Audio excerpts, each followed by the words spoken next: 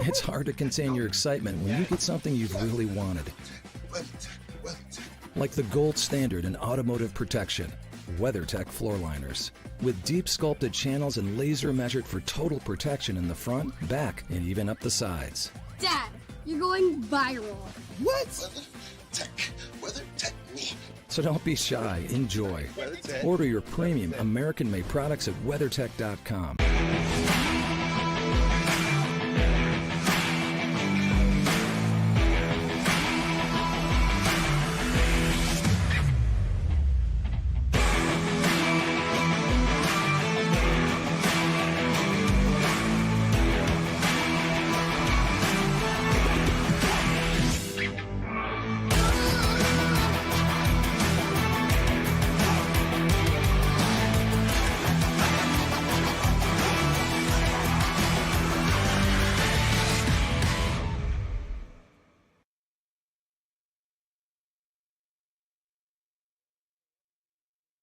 And Porsche Motorsport decided to take that as instructions as we are having the opening round of the Porsche Endurance Challenge North America here for the first race at COTA. I'm Joe Peak, joined in the booth as always by Jeremy Scott and a special guest as we've got Therese Lelou with us this afternoon to help us through the first half before she hops in the car. So this should be a fun one, Jeremy. 60 minutes of racing for these drivers. Yeah, it's about twice the amount of length that we normally see on a normal sprint race weekend. However, there is one caveat. If you want a second driver, you can have it. So we're going to see some pit stops, something we haven't seen in Porsche Sprint Challenge North America or Porsche Sprint Challenge USA West competition before without penalizing yourself. And with that, we also have a special pit reporter as well. Yes, Ashley Freiberg going to be down on pit lane. Unfortunately, not in the races. Her vehicle for today was unable to make the grid with our earlier races. And with cars already out on the track, I wonder if we're about due for our starting grid for this race. As here we go, Paul Bocuse is on the top spot with Blake McDonald going to be starting in second for the BR Racing team next to him. Then we've got Anthony McIntosh in the JTR Motorsports Engineering car, Mike Mim for MVII Racing by Regal in fourth spot. After that, Competition Motorsports sees Jim Walsh starting in P5. Joel Johnson kicks him off for JDX Racing in sixth position. You get to row number 4 with Reinhold Kron, who's seen vast improvement lately, in Charlie Hayes Racing, going to join with him. Eric Lapp, JDX Racing's car, going to be starting in 8th there. Nick Romano will be in the 9th spot, and then Jeremy Alessandro Chiacchetti with Jan Magnussen in 10th. That'll be fun. That's going to be a fun pairing. Scott Blend is running solo. He'll be off on row 6, followed by, well, it's supposed to be Josh Connolly, but according to our driver analyst, not going to be running, and the lights are out on the pace car as we go to row number 7. Got to quickly go through this. It's John Gilliland starting with Luke French alongside in the 215. Row 8 is Nick Schaefer, your Cayman pole sitter, alongside Ian Porter. So we've seen this a lot this weekend. Michael Clark will start alongside Rafa Martinez. That's another combination that's going to be potent there in that car. And then it's Chris Hutter and Patrick Dempsey making his return to endurance-style racing. Then Bill Pelichewski, Jason Golan with one of our former driver analysts alongside. Caroline Conda and Tillman Schmidt will be alongside each other in row 12. Row 13, Sean McCaig and Elaine Scalzo for Scalzo Motorsports. Eli Kogan and Joe Rizzo with another hot shoe as the second driver. Row 15, Michael Gawke, Paige Morales will round out that row as the field starts to pick up steam. Row 16, Rob Walker, Greg Herback. And that will take us to Kompchiski in 26th and Petkis in 27th, which is our field, and already our drivers eager to go as they come out of the final turn. Pace car has released them. It is now up to Bocuse to take the green flag here as they approach the line. To his outside, Blake McDonald going to be watching to see when he goes, seeing if he could try and snipe that lead away around the outside of turn 1. And there is the green flag. It's the first ever race of the Porsche Endurance Challenge North America, and it's a good start for Paul in that 271. Round the outside, up into the corners, the 224. Oh! Look at already. Blend. An accident. Yeah, Blend coming up the inside, takes out 2 cars. Looks like Mim and Walsh as well as the Caymans. They'll take the green flag here momentarily. today. Let's get to that start as it's Schaefer and Porter at the start line. Green flag is up, but they will have to contend with a local yellow in turn 1, so they won't have much space to race as Schaefer has the green flag. And actually, we are going full course yellow. So we'll go full course yellow as the 269 of Walsh is still there. Let's talk about that one, Therese, because that was an interesting situation. I was just really happy to see my 242 make it through that field by Nick Romano, to be honest. Wanted to make sure I wasn't going to be in this booth for the rest of the race, but looks like they got a little loose into one. It gets really, really tight there. You take the inside line, everybody kind of piles in around you. Yeah, so Walsh and Mamjo, they're both stopped, so going to be a little bit of a lengthier cleanup. And something that I can't remember who I was talking to, but they said if this first half of the race has a full course yellow, actually we said that in the broadcast, it's going to be vastly different race in the second half when the pro drivers get in. Yeah, exactly, especially if we get another caution closer to the driver changes. But watch out for some of these drivers that might have to work their way back through. I hope that Jim is able to get that thing restarted and not be out of it if first you can get lap. that thing moving, we should be able to get back under green flag conditions, and it shouldn't affect the race too much. But the more that we run under yellow with the AMs, the more that it's going to get spicy with the pros on that second half. So we're under full course yellow already. I'm actually going to move this up just a little bit for you, as this is Therese's first race with us. It is the 271 of Bocuse McDonald, the 208 McIntosh, and the 224. Now, Therese, you've actually come from the West Coast. If you had this opportunity to race with the North American crowd when you were still running just the West Coast, what would this have been like for you? It would have been really great. We were fortunate enough to get to race with North America at COTA last year, and it really just opened our eyes to the level of competition in the North America Series.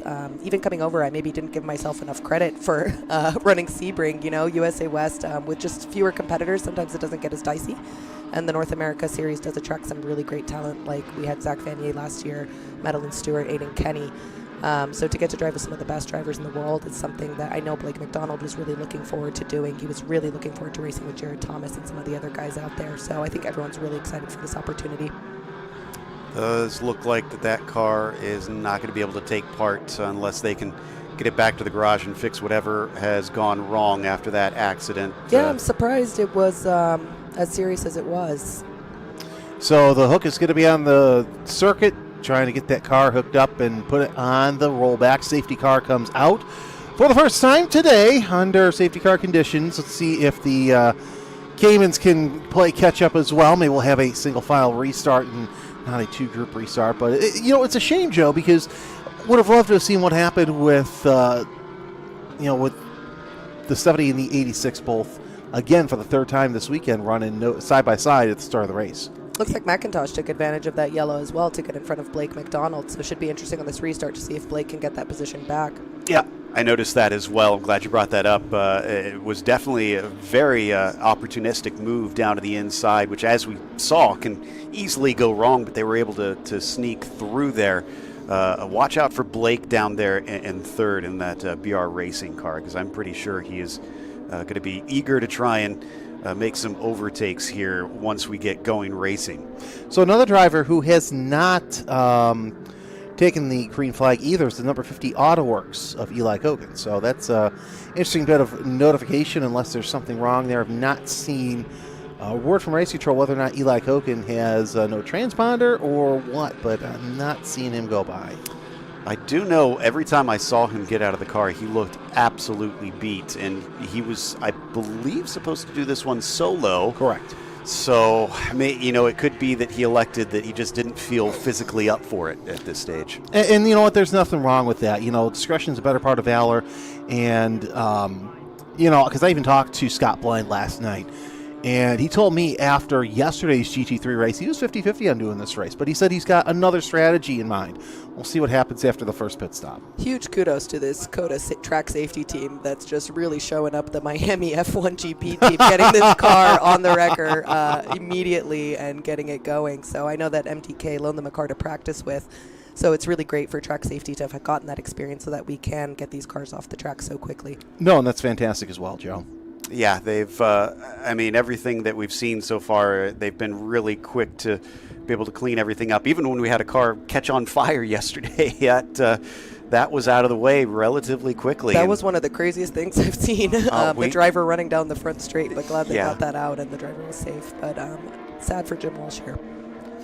Yeah, Jim, a great competitor in the West Coast Series, so he'll be our first car out. We did see Mike Mim tail end Charlie as the Cayman field starting to catch up to the GT3 field. So we should have a restart here momentarily as we are 54 minutes into this race. No additional lap at the end, so it's a straight hour. And it's going to be interesting, Joe, now that these first drivers have had that opportunity for a start and they've gotten a chance to have a breather. Yeah, exactly. And now it'll be a single file restart on their way into there. So hopefully that'll make it a little bit cleaner into turn one. And this might be a little too late to have the lights out on the pace car. Let's watch and see. Yeah, lights are still on. Yeah, if they're not out by 12, we won't be going green. Okay, that's a good bit of insight.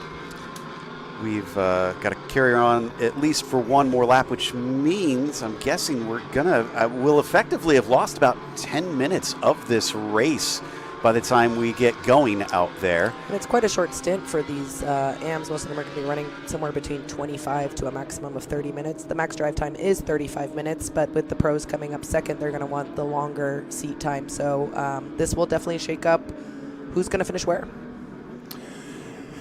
Bocuse, McIntosh, and McDonald, your top three. Then it's Joel Johnson at 227. Nick Romano, Reinhold Kron round out your top six. Luke French. And you go down to John Gilliland, Eric Lapp, and Chiachetti in your top 10. Now, normally for some of our viewers, if you're used to watching, you know that there's Pro-Am and Masters. Not here. It's just GT3 and GT4. The red number plates signify on your tower the GT3 Cup drivers. The white number plates, the GT4 drivers. Personally, I'm a big fan of that because it simplifies our lives out here. It makes our life so much easier. But yeah, it's pretty straightforward on this one, and part of it is because they have drivers of different categories and sharing some of the cars out there. So it's just easier to just separate it into two different classes as we're coming down to 12 now. And safety car lights are out. Lights are on the safety car, so we'll be going back green this time by. Now you're getting in the mindset, okay, you had the start, didn't get much racing because of the turn one incident, Therese. What do you do now going into this restart? I think you're going to see a lot of the people towards 4th, 5th, and back be very opportunistic here. Bocuse, McIntosh, and Blake McDonald are all a threat, but I really think that Joel Johnson, Nick Romano, and Reinhold Kron really could pose a threat here on the restart. So anything could happen. I know McIntosh elected to not race today to preserve the car, so I know that he's hungry and really looking for some action. Yeah, Patrick Dempsey also did not run today either in the sprint race. Confirmed that with the crew. Race control is reviewing the incident at turn one. Okay, so we'll see what they think of that one. We haven't, unfortunately, gotten to see a second look at that, so hard to tell exactly. I was so focused on the front. I think Blind and Mim came together, but I'm not quite sure either. Yeah, something happened there with the 245 of Blind, where it just came straight through. But regardless, it's just about ready to get back underway, as it looks like the field is now bunched up all together. So the Caymans are now with the GT3s, and that's what's going to be interesting to see the fast Caymans kind of mix it up with the back end of the GT3 class. And a reminder for our friends at home, the Caymans are running the same 992 engine, so as much as you wish you could blow by them on the back straight, it doesn't always work out. No, it really doesn't.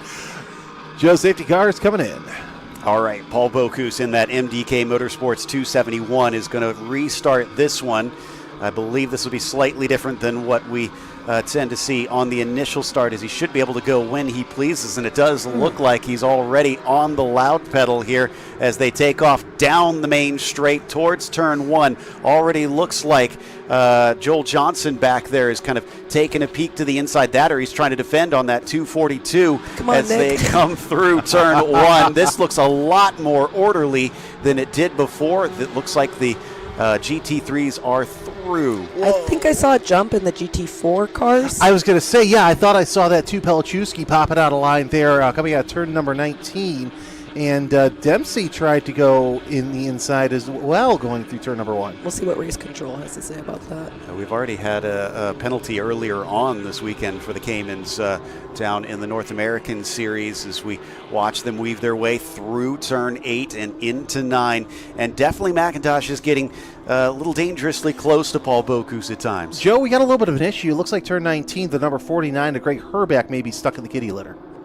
Now, how in the world did he get out there, though? Because I'm wondering if that was part of that issue with the... with them taking the green so early. Look, no, because he was near the background, Kopczynski, who just came down pit road as well.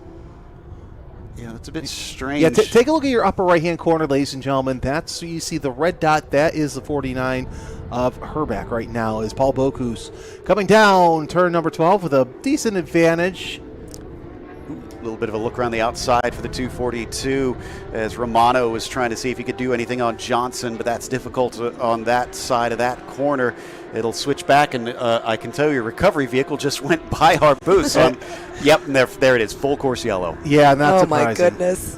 You know, this is, in all the 6 races that we've had so far this year, it seems strange at the 7th. Holy cow, someone's going down deep the inside, and that is Schaefer going the inside of Porter. Is that a passenger yellow? As long as it's taken back, it should be okay. We learned that from Barber, didn't we? Yes, we did. Please don't remind me. I was going to say, yeah, that we both got yelled at for that one by the team manager, and I told him, no. But here's what's interesting, too. And, Teresa, I got to ask you this, because I talked to Jared Thomas earlier today, and he said at the end of that race that there was no the caution light wasn't on. Are you guys still using that caution light? This was the first time I've ever had them work. So Okay. they worked in all of my yellows. It was the very first time I've ever had RaceLink functioning. So it worked for me. All right, so now we're dealing with a part, Joe, where these AM drivers, they're preserving their equipment technically because they are running most of their stint under full course yellow.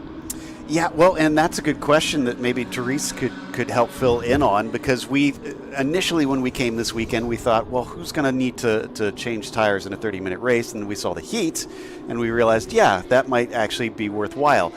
I mean, after so much yellow running, would it make sense for teams to save a bit of time, or does it not matter because of the driver changes? Well, I think what's really sad is that most of these guys are going to be on stickers. They're not going to be running the scuff set. They're going to be saving the stickers for the pro. So Nick, for example, is on stickers. And so people are wasting a really, really fresh tire right now. So anybody who's running the sticker set is going to be pretty upset that they're under yellow and that they're wasting that max potential of the tire. Anyone who's on a scuff set is thanking their lucky stars that they saved their stickers for the next driver. Okay, here's my question, though. Does the crew call an audible and say, all right, we're just going to keep the same tires on? I think that given how much potential you have just in the first 2 laps out of the tire, I think that's going to be a tough call to make. Especially, you're really going to want those pros going out on a fresh set and just really opening up as much of a gap as possible, especially those silvers and golds who do have a 25-second and 35-second respectively disadvantage on the pit stop. So they're going to be looking for every advantage they can get, and if that's a fresh tire, they're going to take it. Well, unfortunately, we haven't seen much change out there because of the limited running we have had. So it is still Bocuse leading the GT3s with McIntosh in second and McDonald sitting in third, while Schaefer leads the Caymans. Ian Porter sits in second, and Michael Clark is in the third spot. Let's hope this is a nice quick one. I don't see that 49 dot moving quite yet, and actually that's just as I say that, I see it creeping around on our screen. So hopefully they've got it on the hook and should be able to pull it out. You could see there was actually a little exit gap pretty much right across the way. Yeah, there really was, and of course the busiest people this race have been the safety crew, as they've had to deal with the incident in turn 1, and now the incident at turn number 19. And as I said, not much change here in this position. Unfortunately, light's still on the safety car in turn 13, so looking like we're not going to be going green this lap. Yeah, I think it's going to be a little bit, because taking a look at our track map that we have here, he is deep in the gravel. Yeah. Wish Well, we could get a replay of that. It's tough. I'm not sure. Yeah, I'm not sure that we'll have that available. But the safety car, though, is definitely getting plenty of laps in the lead. So I don't know if they'll get handed any bonus points for that one. But Well, were you around when I talked to Victoria Thomas? no. She goes, it was Victoria somebody, but they said that, oh no, it was the Yokohama rep. She goes, "Oh yeah, I rode around in the pace car." It was after your interview with her. Oh, yeah. She goes, "I rode around in the pace car for the Miami Grand Prix, and we won the race because we led the most laps." That had to have been an experience at that track for sure. But here at a different F1 track right now, it's unfortunately not quite hitting the speeds that you'd typically expect. At an F1 track on board with a WEC driver, Patrick Dempsey, sitting behind Carolyn Kanda. Really excited to see a little GT4 action here. That's going to be an interesting battle right there between Kanda and Dempsey, especially with him making his return and taking a look. I was able to see what was going on there, and yeah, the 49 nosed into the wall there, so they got to drag him out, hook him up, get him on the lift. So this is going to be a lengthy yellow. Let's talk about your season so far. Yeah, we're going to put you, yes. You're putting me in the hot seat. I was going to say, there's not much going on with the full course yellow, so let's talk about your season so far. It's been a great transition to the North America Series. I'm really happy to have found a home in JDX Racing. Jeremy Dell is just an incredible human being, and clearly they've been developing me very successfully. We have been cracking that top 5 pretty consistently. And at the end of the day, that's how you win a championship, is just really putting up those solid top 5 finishes every race and just making sure you finish every one and finish them clean. Yeah, and that's got to be fun having, not only great teammates under your banner, but you also have, fantastic coaches as well. We have incredible coaches. I'm really fortunate to have Madeline Stewart in my ear quite often, to be coached by another female driver who I really respect for her professionalism, has a great head on her shoulders. Yeah. Alex Sedgwick, Mike Zemicki, Darius Trinka, Zach Vanier, even Elias De La Torre. It's been an honor to be running with them and testing all winter, and just really push us to get to the next level. Joe? We have an answer on what happened with Blend there. The stop plus 60 seconds penalty for incident responsibility when pit lane opens. So obviously he can't do it right now. That's unfortunate. He had the same yesterday in race 1. Yeah. So. Yeah. Also, another update, I don't know if we mentioned this, but it was Kopczynski apparently that made the contact with the 49. That's under review. So he had some help into the wall. Yeah, so he had some help in the wall. Kopczynski is right now, they might be pushing that car backwards, so we might be able to see it here shortly, as his day may be done as well. Unfortunately, so. Dempsey checking his watch. Probably getting a notification. Says my agent's calling me. I gotta go do a photo shoot. I gotta do another movie.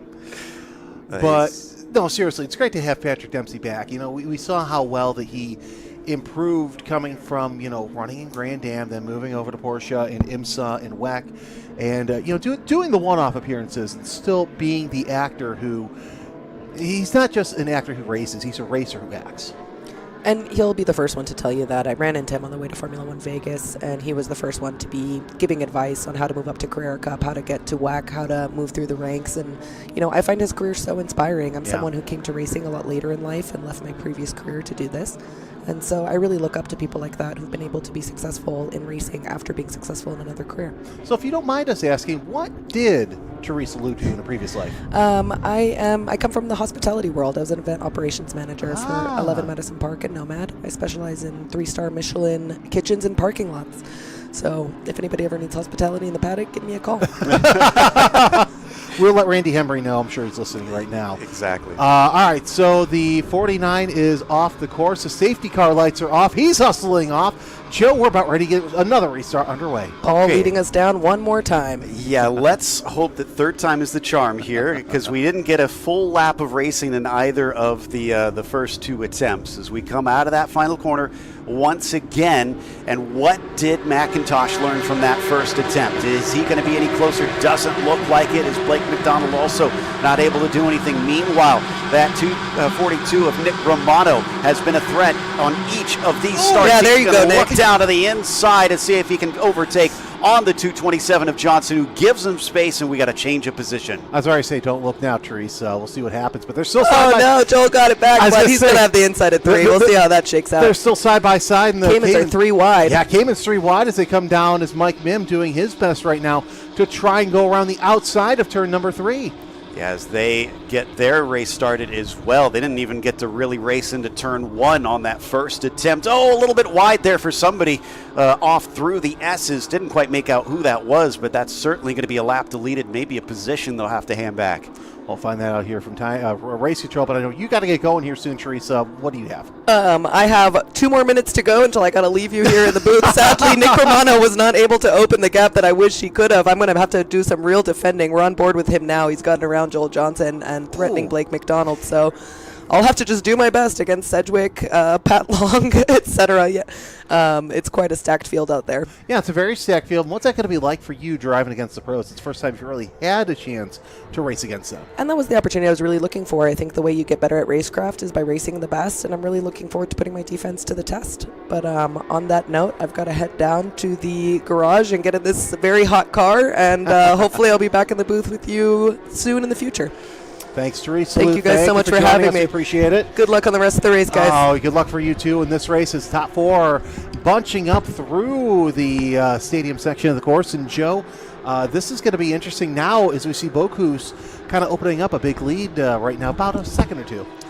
Yeah, and I think this is what Paul was eager for, is to get some green flag racing so he could extend the gap over his rivals. And look, though, at that 242 car. Nick definitely needed that green flag racing as well, because he's making himself a problem for Blake McDonald. He pokes his nose down to the inside of the final turn, but is not able to make it stick. Yeah, and trying to get ahead of McDonald's probably the best option, because who's the pro in there? It's Riley. That is, yes, indeed, our good friend Riley. So, nice little juke to the outside as Johnson loses a little bit of ground, but he still is keeping an eye on Blake McDonald. Is also McIntosh holding him up just a little bit. As they come down through the S's once again, we switch over to our Caymans, as it looks like Pelichewski in a nice little fight there in the 62. Yeah, and Mike side by side. Yeah, Mike Mim is trying to make his way through the field. Look at Hunter going around the outside of Morales. Nicely done. So Rafael Martinez is going to lose a position just behind him. A big charge coming up from Pelichewski as well, as the 3 of them work their way up the hill. This is the battle for, looks like, 4th position in the Cayman class right now. Just a little bit of housekeeping. Scott Blend is in the pits for his stop and hold plus 60. Okay, that's really going to be painful. He's probably the only person hoping for another caution here so that he can also catch up, because he is a long ways away. And we come down the hill into turn 12. Bunch of cars down to the inside, trying to see if they can make some overtakes as they exit onto the back stretch. I think that is, trying to see who that is next to Pelichewski here. Is that Mim? That's Mim. Yeah, he's trying to work his way after being involved in that first lap crash, as now we have another, there's an incident between cars 53 and 24 that was under review, a drive-through penalty for the 24. Ouch. A lot of drivers, unfortunately, in a race that's supposed to be an enduro, are racing a bit more like this one is a sprint. Looks like Mim having to carefully work his way, as now we go back to McDonald once more. Nick is on the inside. Romano will get it done into turn 19. Nick looks like he is on fire today. Yeah, he's looking pretty good, as he's now in 3rd place. Teresa will be very happy about that, as 1, 2, 3 starting to bunch up as well. But look at this, Reinhold Kron also trying to make some moves as well. Kron looking excellent this weekend. We've seen a huge jump in form from him, but John Gilliland is right on top of him, making sure he fills those mirrors. Can he do anything to try and make his way around? And it's interesting, looks like we have pit stops starting as well, because multiple cars are coming down pit road.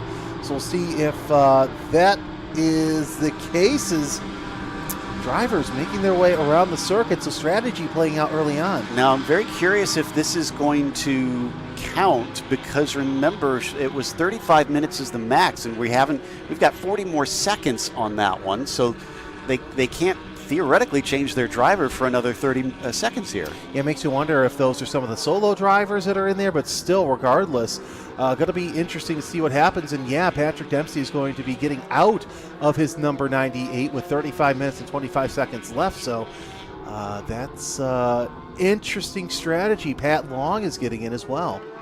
Wonder if this is the difference between those that want to try and get the non-pro drivers in and get the drivers that want more experience and more time in the car versus those that are here to win essentially, and say, all right, let's get the hot shoe in there and see what kind of damage they can do. Is there you can see Patrick Long now getting strapped into the car. Yeah, but in a lineup like that, who's the hot? Well, it's Pat Long, obviously. Yeah. But you really can't discount Patrick Dempsey either. Yeah. I mean, he set him up well. They're going to change hands, and he'll get back out onto the track. Meanwhile, I can tell you that Bocuse continues to lead up at the front as we check in with Gilliland, who did manage to overtake on Cron.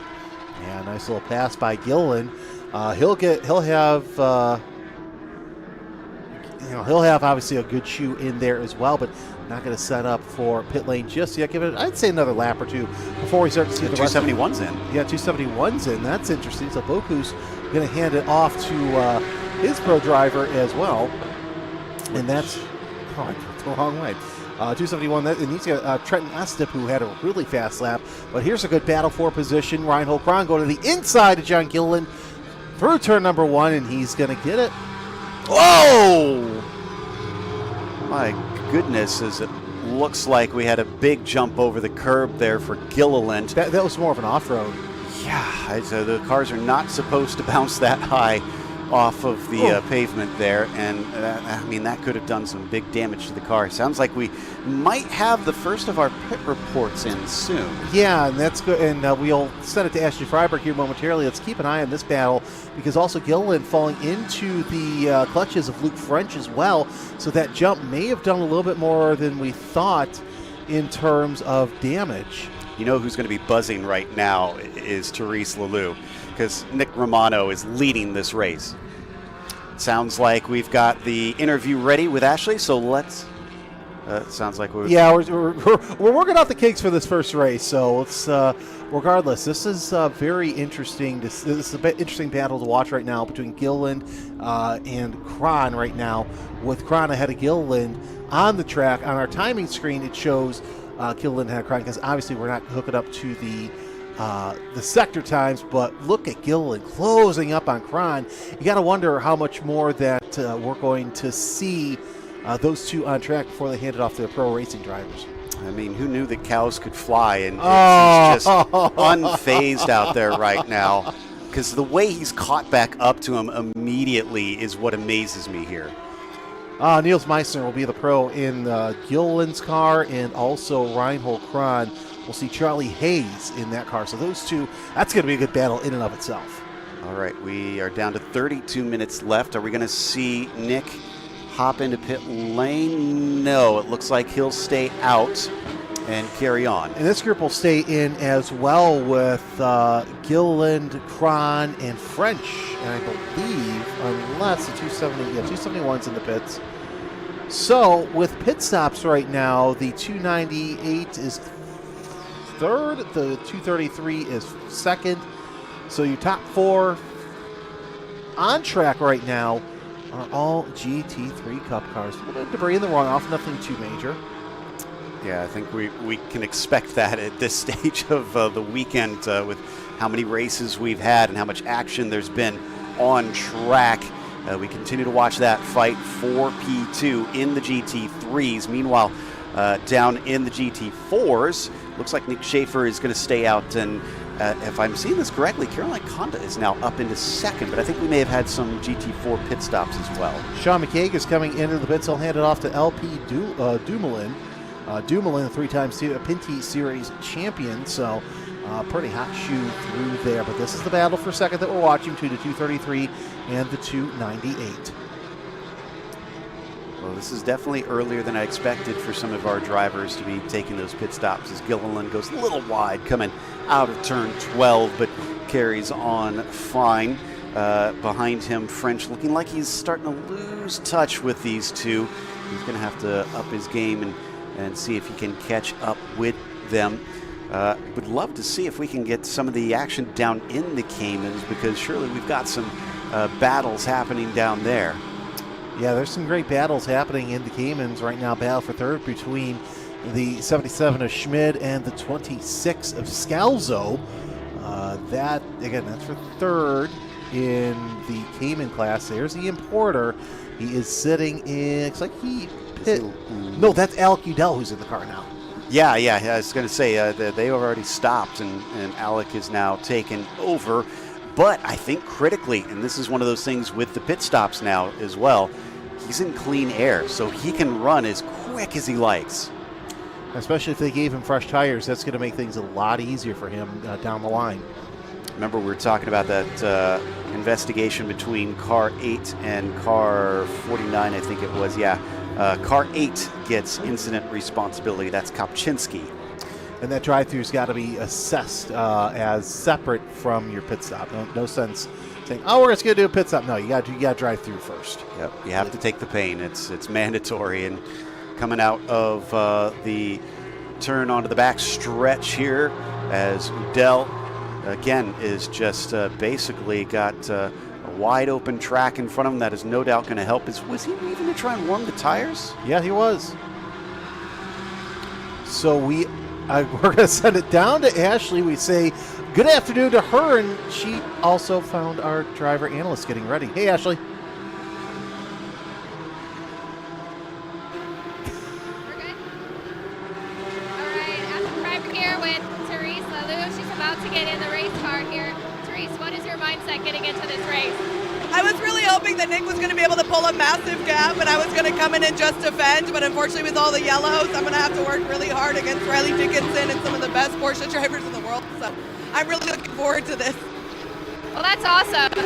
You raced earlier today. Is the heat really affecting you right now, or do you feel like you're still ready to fight? I think yesterday was a little bit worse, so as long as we could survive 45 minutes yesterday, I can do 25 minutes today, so I'm stoked. All right. Well, good luck out there. Thank you so much. Thank you. Well, at least one of the three of us got some FaceTime from the booth, Joe. Yeah, exactly. And glad that we can get some word from the feelings of the drivers as we expect her to be hopping in shortly. So Therese Lalou going to be trying to get into the car as quick as she can. This is the vehicle that we expect her to get into. Another big bit of curb there for Nick Romano, but again, he stays out. Now, next time around, he has to come in because we're close to that 35-minute mark. Yeah, he has to, and here's the thing. Is it a case of the JDX crew just wants him to get as many laps in as we see the 271 S-Step trying to thread the needle there? Did the 208 come in yet? Let me double check on that. I'm going to double check on that myself. As Riley Dickinson is in the car, so S-Step and Dickinson going toe-to-toe in the 271 and the 208, as Dickinson taking that tighter line that he mentioned in the broadcast both days. Yeah, and this is the battle for sixth position, between these two in the GT3 class currently. And I'm pretty sure this is going to be a fun one to watch. So if I'm not mistaken, though, I think they swapped positions from the pit stop, because wasn't it that 271 leading? Yes, it was a 271 over the it was S-Step over Dickinson as they are now, but on aggregate, Dickinson is the leader. Okay, so they have now that effectively should mean that Dickinson, is our overall leader once those pit stops are completed, unless they were also slow and drivers such as Romano have managed to put enough pace down that they have jumped them. But we won't know until those pit stops are over. Well, this is interesting. So if we really take a look at the aggregate leader, it's actually Darius Trinker in the 227. Have they already taken their stop? Yeah, because Darius is the second driver. Oh, yes. Interesting. Okay. And that would have been one of the cars that was in and out early, so maybe that was their strategy. Again, like I said, coming out into clear air, being able to put the hot laps in while the rest of the drivers are close and battling one another. All right, hold that thought, because I'm actually doing the math now. I missed in my timing because it just refreshed on me. Look at who's 7th and 8th. Meissner and Blue. Those are both second drivers. So think about that for a second. Okay, so they should be our leaders. Yeah, this is an interesting dilemma. As going by a little of the Cayman lap traffic there. I think the 208 is trying to use that actually quite effectively to put some distance between himself and Estep. So if we're going by our math correctly, right now, drivers who have yet to pit and should be in the pits here shortly, if they're not already, are the 242 of Nick Romano, the 233 of Reinhold Kron, the 84 of Caroline Conda, the 77 of Tillman Schmid, 53 of Rob Walker, and the 83 of Joseph Petkis.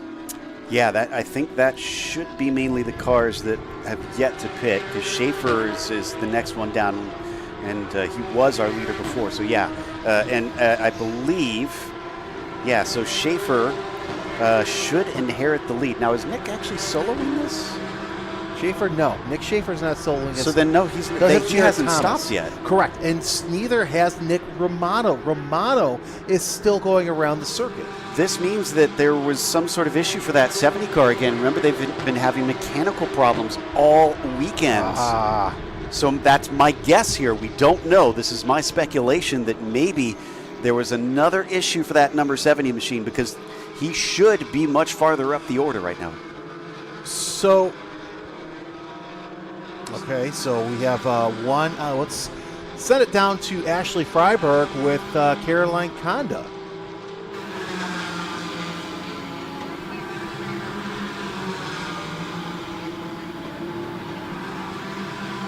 All right, Carolyn just got out of the race car. How is it out there?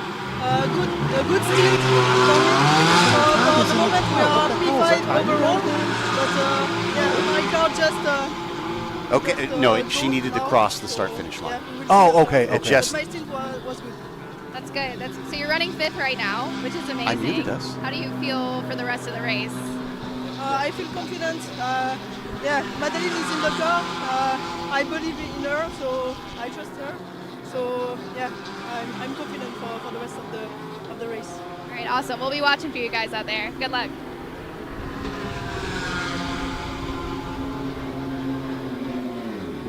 all right, great input there from Caroline, who just hopped out of the car.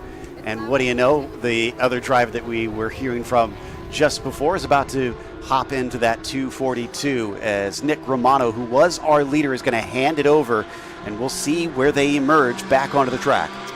Yeah, so we'll see who the new leader is here momentarily, as Romano has put on a lap on Tillman Schmid and Rob Walker. Scott Blend is off the course. This has not been the enduro that Scott was looking forward to here. Now, is that Scott in the car? Yeah, Scott is the only driver in the car. Yeah. So let's see here what this brings. It's not a safe location, so my guess is we will have a full course yellow here shortly, and it looks like that we have a good battle here for position between Niels Meissner and Riley Dickinson. 298, 208 as they go side by side through the S's. Oh, someone's got to give way here, and it's going to be Meissner in the end. So Dickinson able to overtake him. But now look at this. Whoa, it's a big wiggle from Meissner coming off of turn 6. Is going to offer up a chance for Estep to get through, and he needs that so that he can chase down Dickinson. I think Estep did get through, but this is another battle. The Pelichowski car is trying to hold off several contenders and move through.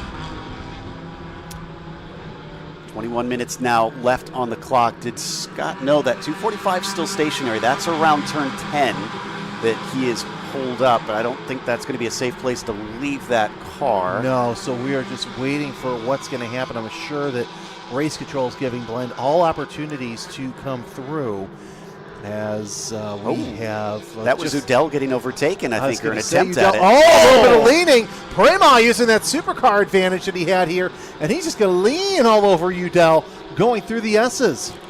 They got to be careful not to cut a tire that way, so they'll get away with it this time, it appears, and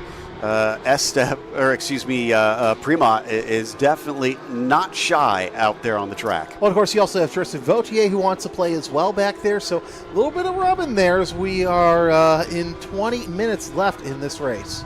Oh, wait a second. Is there a mirror that may be dangling there on Prema's car? Well, it's not dangling, but it definitely... Oh, it's hanging there. Yeah. So a little bit of damage, but who needs that is, we still see the 245 of Blend Off in the gravel trap. Here comes Andrew Davis around the inside.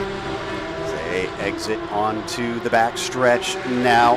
This is the car of Davis, and I was trying to remember who's our... So it's Lawrence in the 85 and Yes. Vautier in the 81.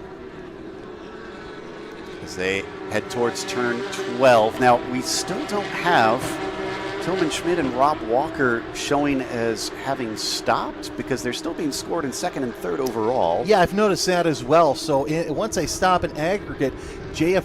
Dumoulin, Loke Hartog, and Jared Thomas will be your top three in Cayman. Now, they're beyond the 35-minute mark, though, unless there was a call that they were allowed to go longer because of the yellows that we had missed, but I haven't seen any messaging on that. I was going to say, we would have seen it in the messaging. I'm having to go back, and I don't see that in the messaging. So that's going to be interesting to see what happens.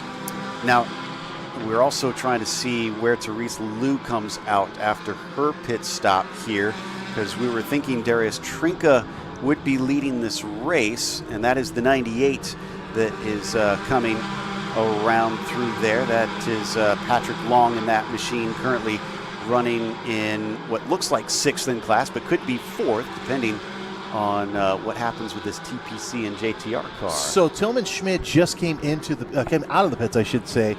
So that should leave Rob Walker as second overall, yet to take his pit stop. Rob, so we are full course yellow. So they were not able to move that 245. They tried their hardest, and this is going to... This shakes up everything. It does indeed. And it bunches them together in a big way with what's likely going to be, I would wager, around at most 12 minutes of racing at the end. Safety crew tending to the 245 of Blend. As it sounds like they're just going to yank him backwards, which is a good sign. So this should technically be a quick yellow. And I'm hoping that we'll see... Okay, finally, Tillman Schmidt and Rob Walker's cars are moving down the order. Okay. But Lelou is, in fact, our leader over Trinka. I don't know if this was helped by the caution or if they emerged. I think they must have emerged ahead even without this yellow. That makes sense because look at you got JDX 1-2, BR Racing third, MDK fourth, and Charlie Hayes Racing in fifth. So, yeah, would not be surprised if the JDX crew decided to strategically pit them when they did. Well, Teresa was saying she's been looking for that first podium. And this is going to be a great way to do it as the opening round of the Porsche Endurance Challenge North America with her and Nick Romano pulling some impressive strategy out there. But now they're going to have Trinka and that JDX 227 right with them. Apparently with Bocuse out of the car in one of the chasing vehicles. In fact, I think that was the 227. Yeah, well, let's send it down to Ashley with her teammate Paul Bocuse. And I don't think we can. I don't know how I feel about that, but Ashley, let's see what Paul has to say about his thing. How do you feel? For sure. I mean, it's not what we wanted. We definitely wanted to pull away a bit more before I handed the car off to my teammate, but sometimes it's just the way the cookie crumbles. So that's what we're going to have to deal with today. So how is the car handling right now? Do you guys feel pretty confident you can secure the win? It's a little shuffled up right now, but... It's a little shuffled up. You know, the car is never perfect, but we're definitely pretty confident in how it feels right now, and we're going to do our best to win. All right. Sounds like a racer right there. So that was Paul Bocuse, and apologies, I got it mixed up with the 271 that is chasing, but the 227, Joel Johnson, was in there before Trinka hopped into the car. There is the 34 leading the 24 currently as they try to catch up to the pace car. They have to go to a certain speed, obviously, to be safe. Wait, we set the 30. Okay, 34 and 24. I'm okay. LP Dumoulin in that 34 and the 24. Some guy named Spencer Pompelli. Oh, that guy. Yeah. That guy, yeah. Yeah. Where's Chucks when he's racing? Come on. So they are going to have to do some pass-arounds as well, Yep. it's looking like. So that's going to extend it The good news is they do let them go at a pretty good clip around the track as long as they are not near the yellow section where they're trying to recover that 245. So that'll help speed up that process tremendously here. But I don't see actually the 245 might have moved. Yeah, 245 is behind the wall. Now it's a matter of getting the cars to bunch up at this time. Yep, and there's the pass around right there. There's one of them. So Trenton Estep, that's going to be fun watching him come from 4th. Trying to see Parker Thompson in 6th as well. We know he's going to be difficult to hold back. Jan Magnuson sitting in 10th. Well, I can't wait to see those fireworks. And look at Zach Vanier. He's our returning champion coming up to from 9th. Indeed. There's a lot of drivers, and then this is what I was talking about earlier today, that are going to be slightly out of position. Their speed is going to allow them to try and make some passes, and frankly, I mean this safety car couldn't have come at a better time for a lot of them because that took away a whole lot of the work. It really did. Now you're going to have a bunch of talented drivers who are running with one another here. We're just under 14 minutes to go. I'm looking at this list and even taking a look at the Cayman list.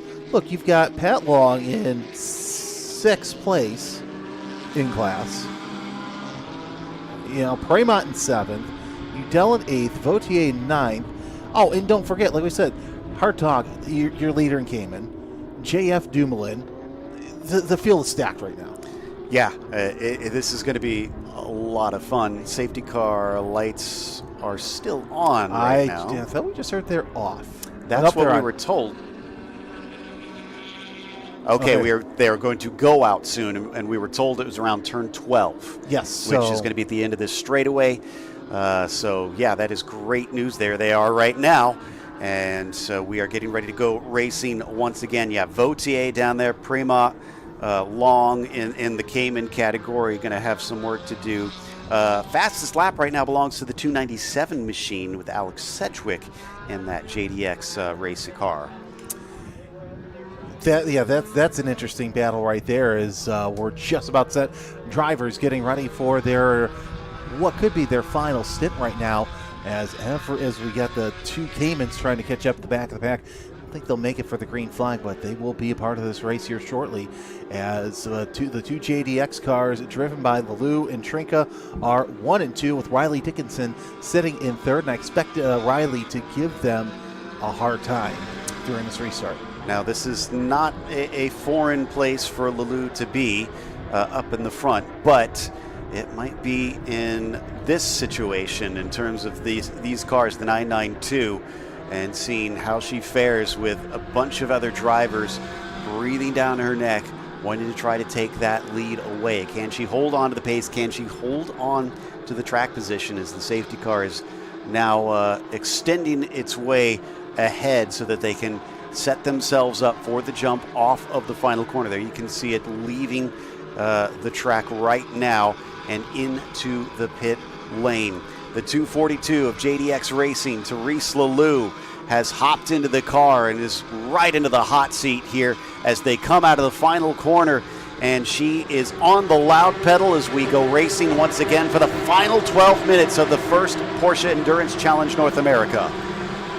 Look at this battle back there as well between the 298 and the 297, side by side, coming in 3 wide for 2nd place, and yep, there goes Dickinson, but Estep trying to do all he can for 3rd place. Follows him through, so 2 positions in 1 corner for Trinka. Unfortunately, this is going to be quite the fight once they get up to Therese here as they come around through the S's section, and look at him gain.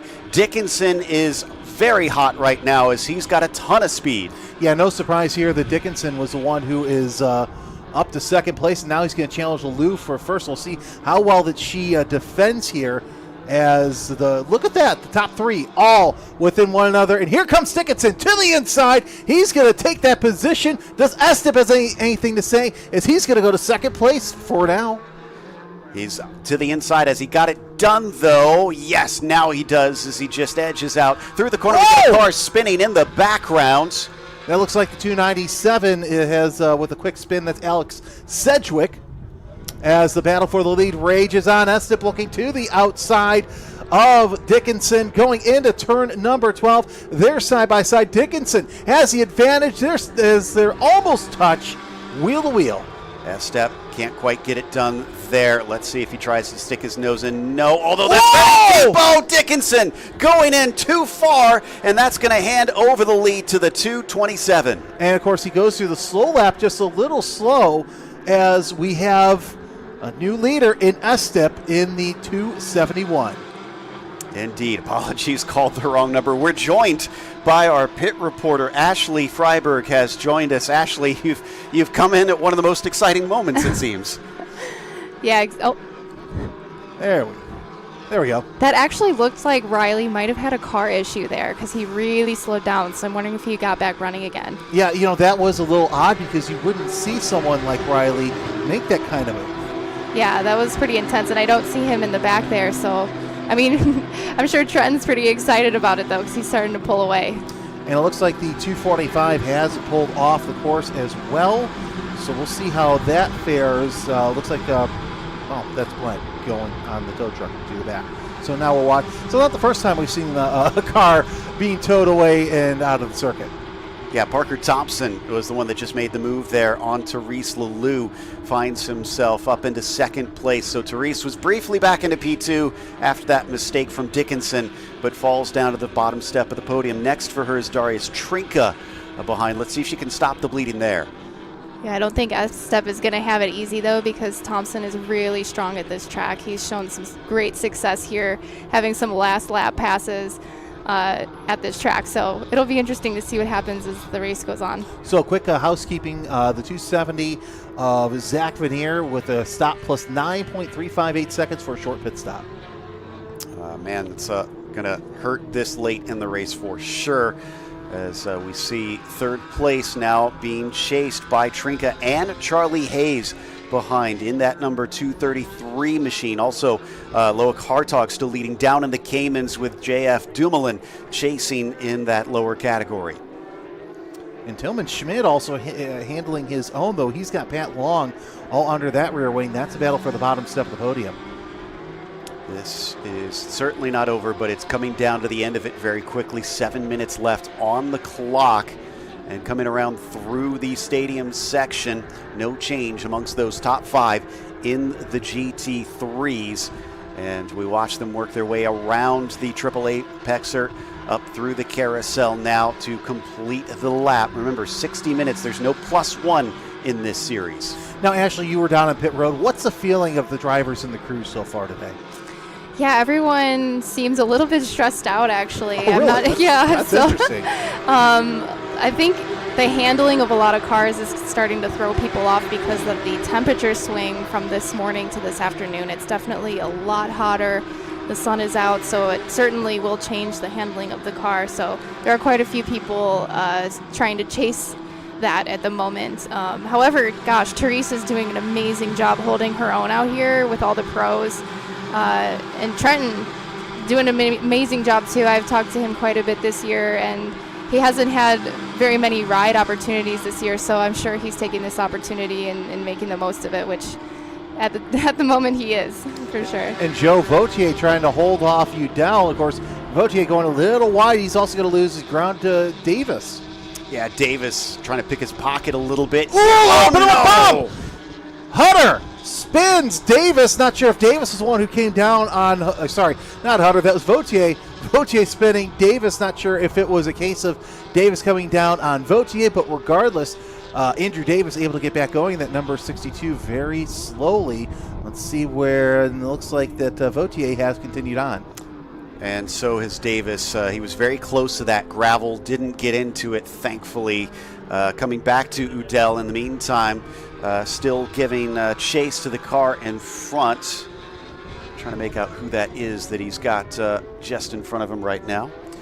If that is Udell, that's going to be Walker in the 53. Walker, again, remember, he was able to race this weekend because that is actually his second car.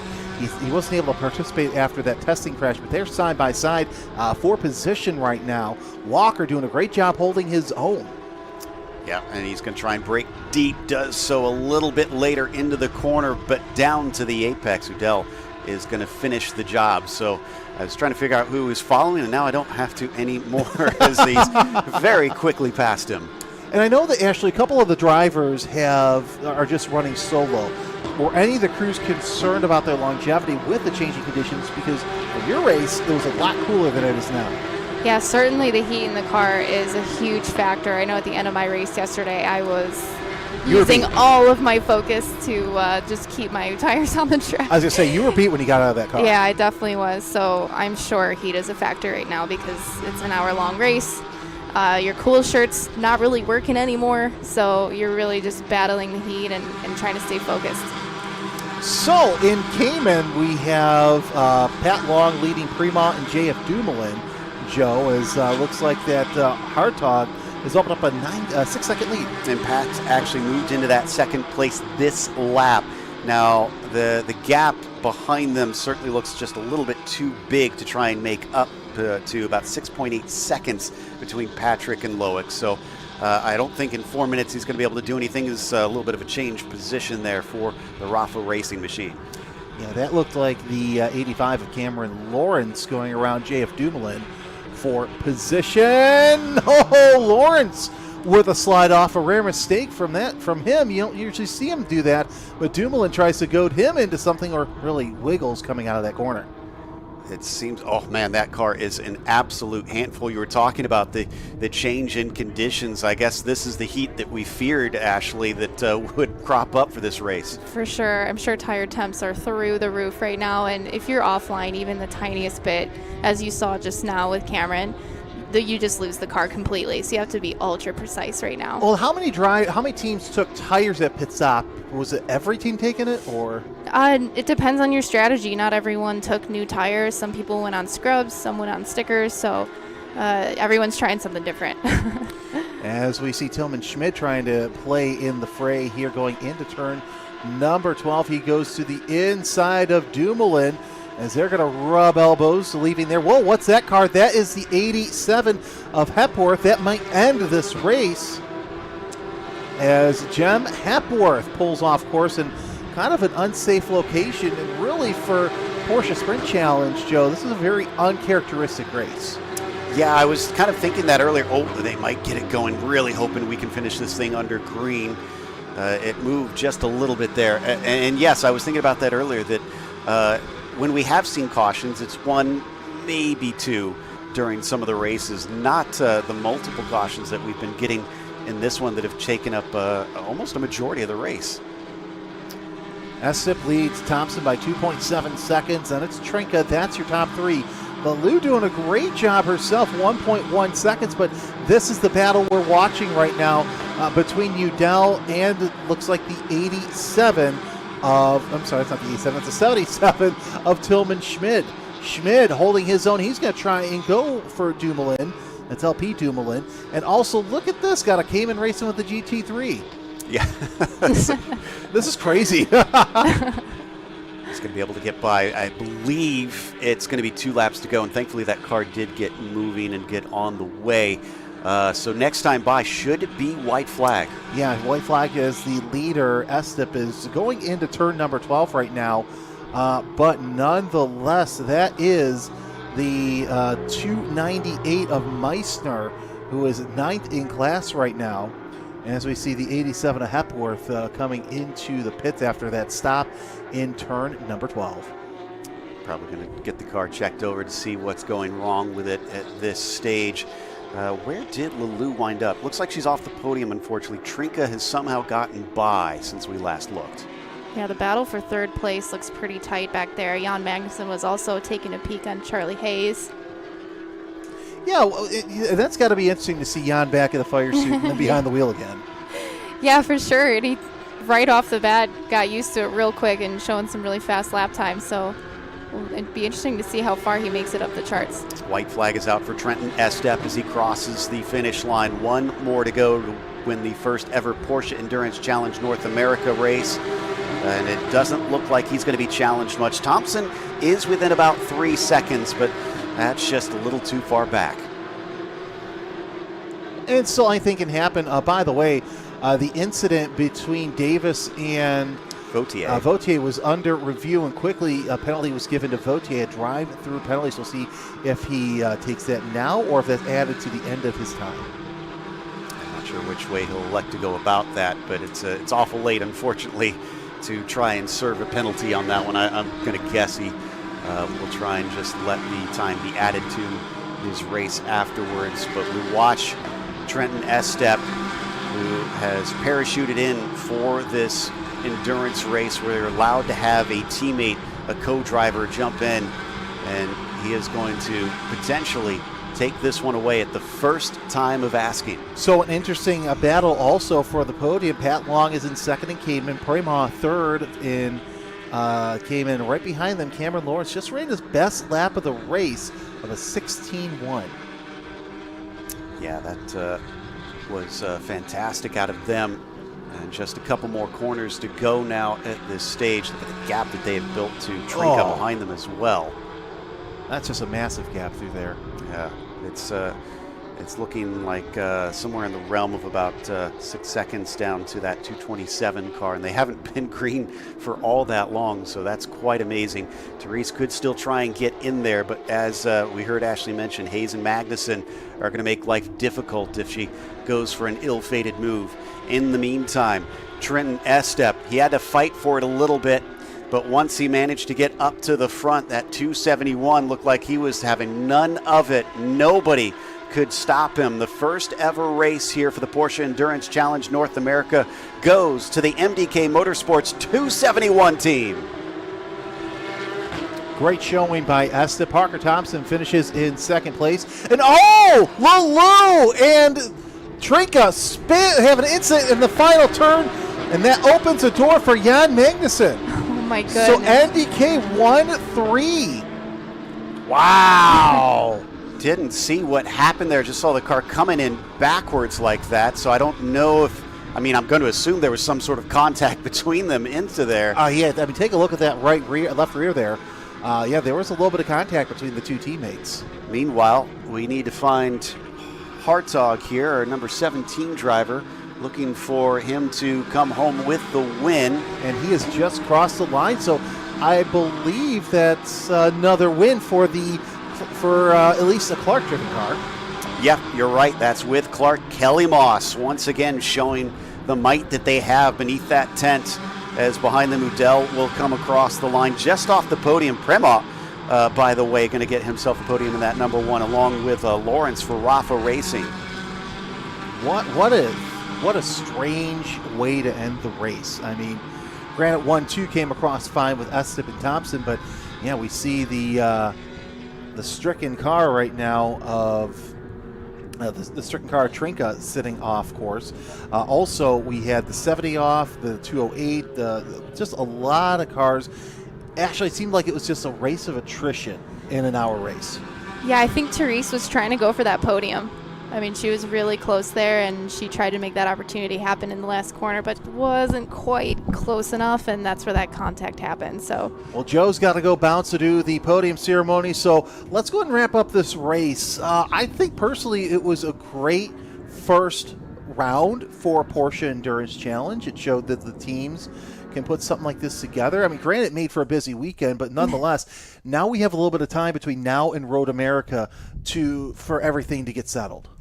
Yeah, for sure. I love that Porsche is doing this as well. What a great way to introduce all the drivers into endurance racing. And yeah, certainly all the pit stops and everything threw a new sort of element into the deal. But I think now that everyone's done it and they've been through it, now they know what to expect. So it'll be interesting to see how this goes as the rest of the year happens. All right, while the drivers are coming into the pits, let's go through our top 20 real quick with Trenton Estep, your winner in the 271. Parker Thompson finishes second in the 224. Third goes to Charlie Hayes in the 233. And then it's to Teresa Liu in the 242. Again, these are all provisional results.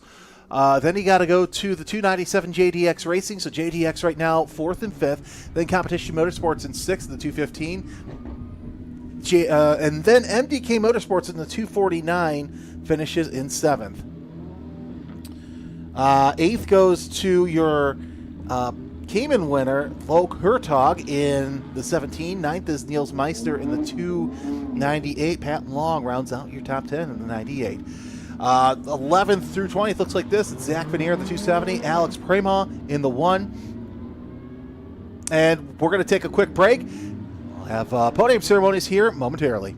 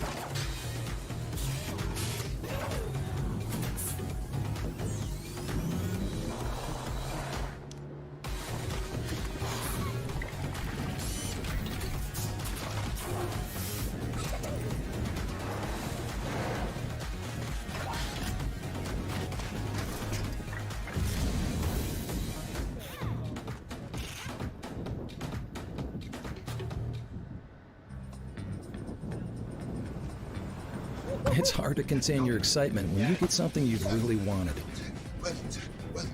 Like the gold standard in automotive protection, WeatherTech floor liners.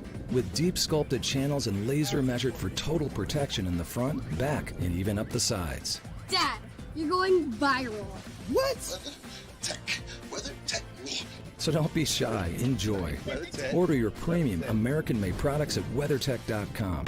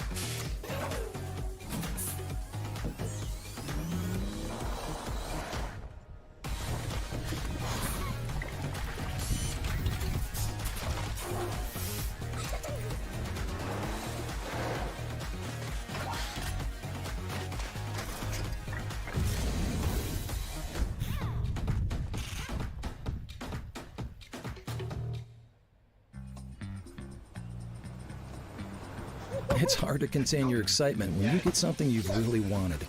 WeatherTech. Like the gold standard in automotive protection, WeatherTech floor liners. With deep sculpted channels and laser measured for total protection in the front, back, and even up the sides. Dad, you're going viral. WeatherTech me. So don't be shy, enjoy. Order your premium American-made products at WeatherTech.com.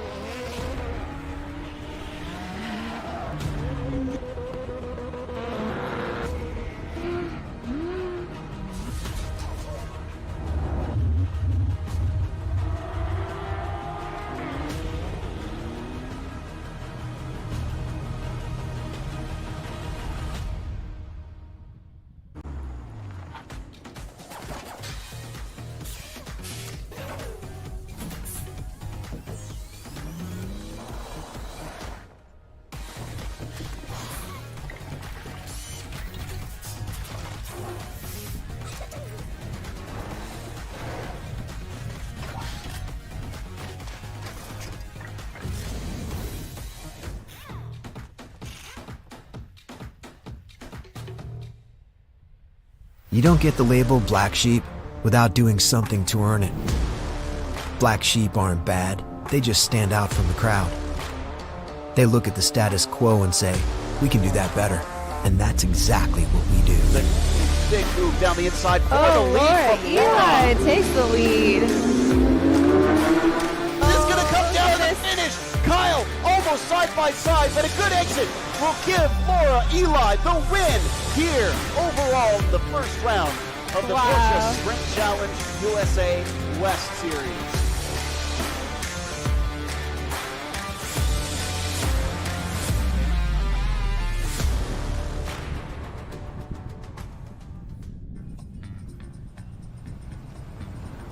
It's hard to contain your excitement when you get something you've really wanted.